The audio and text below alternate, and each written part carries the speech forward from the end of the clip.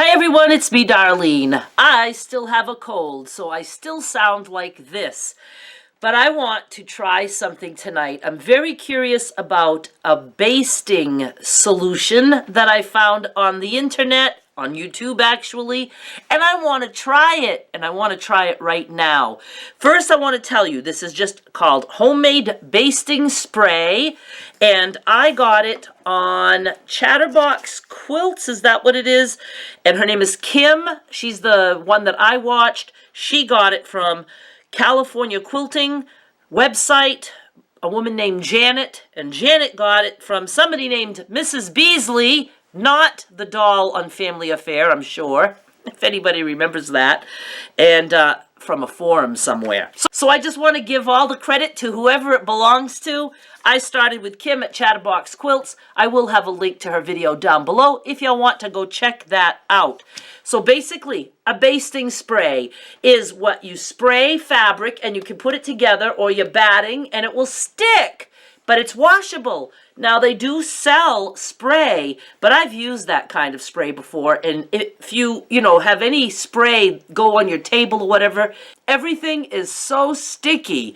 And it's pretty expensive, so I don't like using that stuff. There are fumes, not that I care. I'll take all the fumes you give me. For me, it's the mess. You can't just spray a nice little area. It just goes all over the place, so I don't like it. I can't imagine that this works, but it seemed to work for her, but I don't know. That's why we're trying it. I am going to cut the recipe in half. The ingredients are basic and minimal. The most we need is a cup of rubbing alcohol, and I'm just going to cut the recipe in half, so I only have to use a half a cup of rubbing alcohol, because if I find it works and I want to tweak it, I just want enough rubbing alcohol to experiment again. So here's what we're going to need. We're going to need, for the half recipe, 1/4 teaspoon of salt. And I'll be mad at anybody who goes and gets a measuring spoon for that. Just put some salt in your hand and look at it. You'll get close enough, I promise.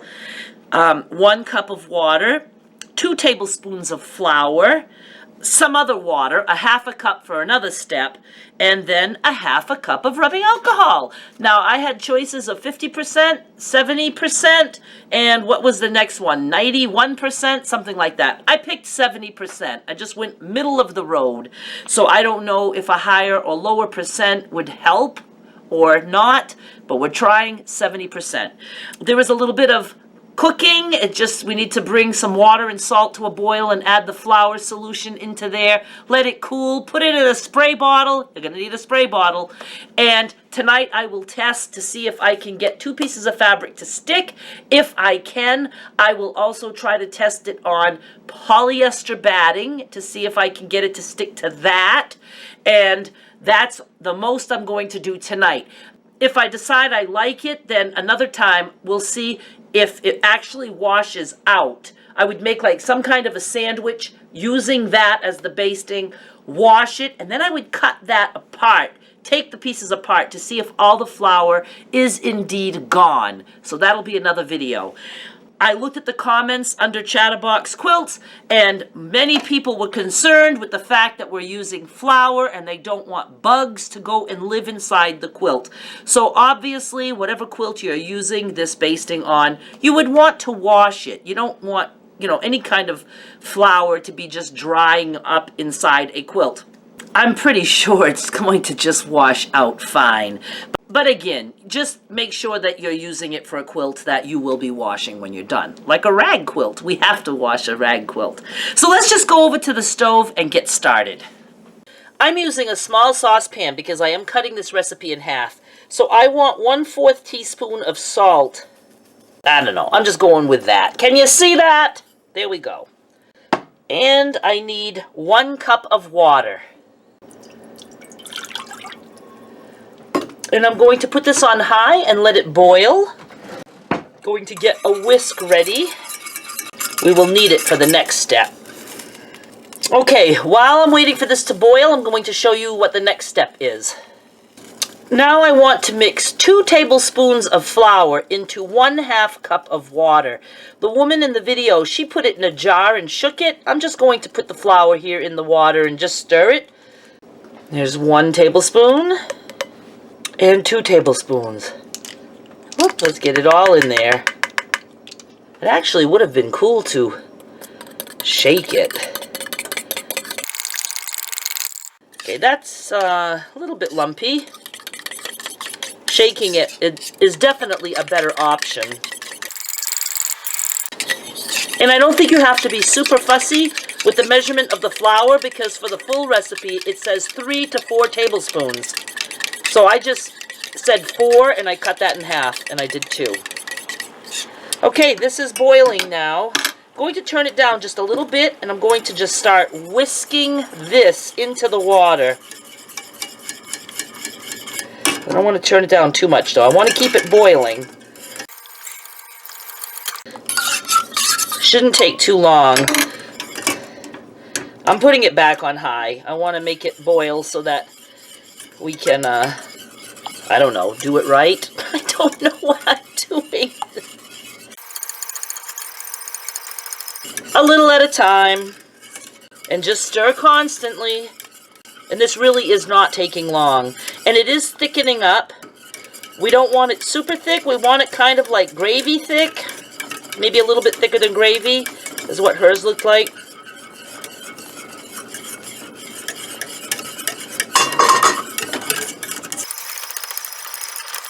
Okay, now I'm going to turn it down a little bit. It's probably about as thick as it's going to get.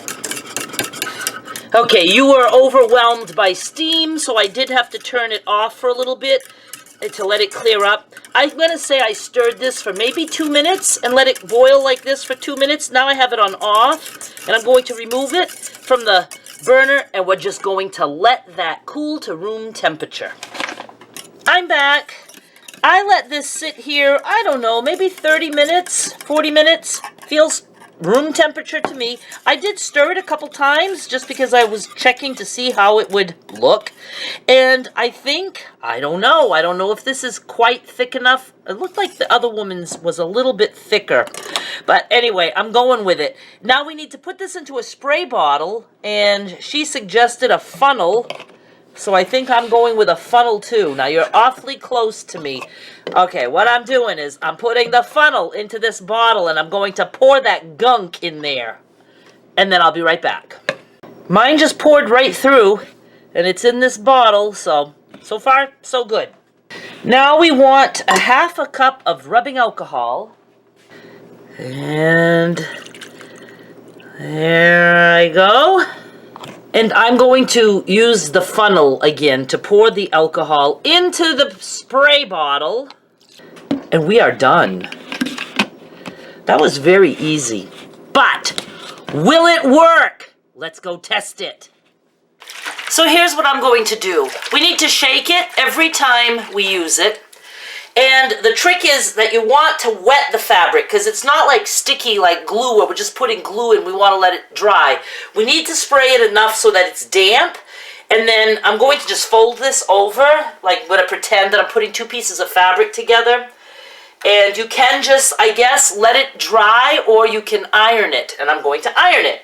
So I'm just going to spray, and I'm on purpose. Oh, I want more of a spray, not a stream. What am I doing wrong? Okay, I'm having a major malfunction. This sprayed, but I don't know if it's because the stuff is thick. I can only get it to spray as a stream. Now, I don't want that. Alright, so I'm just going to try to wet it with my hand. So far, do not like, but it's a matter of my spray bottle. This is like drenched. That's not what I wanted to do at all. And you can see I'm not caring about it going on here because I want to see if it's easy cleanup. Okay, that's pretty drenched. I'm folding it. Ugh, it stinks! Smells like rubbing alcohol. And let's see what happens if I press that.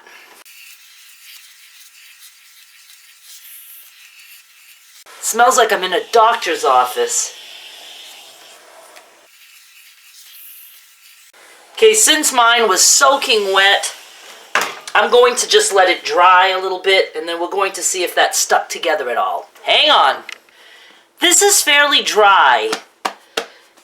And I peeled it back a little bit and it wasn't sticky here, but I did not get an even spray. But look,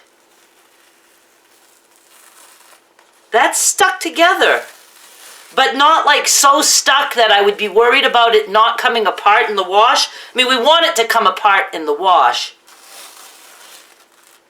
And it's still a little bit damp there. Well, that was pretty cool. Now here's what I'm going to do. I got another spray bottle and I tested it, and with water I have a nice spray, a misty spray like I want. We'll see if I put some of this in here, if it's going to goop this one up or if it'll work for me. Probably should shake this again. I don't know how fast it settles, because I never made this shit before. So let's give it a try. I'm just going to go ahead with the same fabric since it's right here. It's funny, it wants to come out in a stream again. Why? I think it's because it's too thick for the... Yeah. I think it's too thick for the little tiny holes.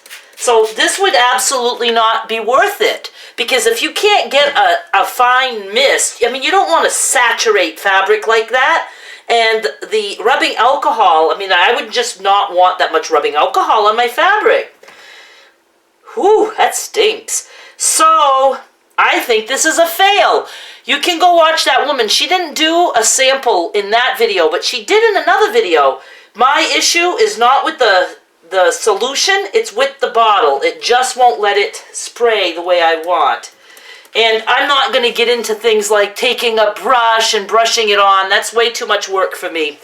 So, I think there might be a use for this, but I haven't figured it out yet. But I'm certainly not going to be spraying this on my fabric to make quilts. You please go give it a try. Maybe we just need a different bottle. I really think with a different bottle, we've got something that we would like.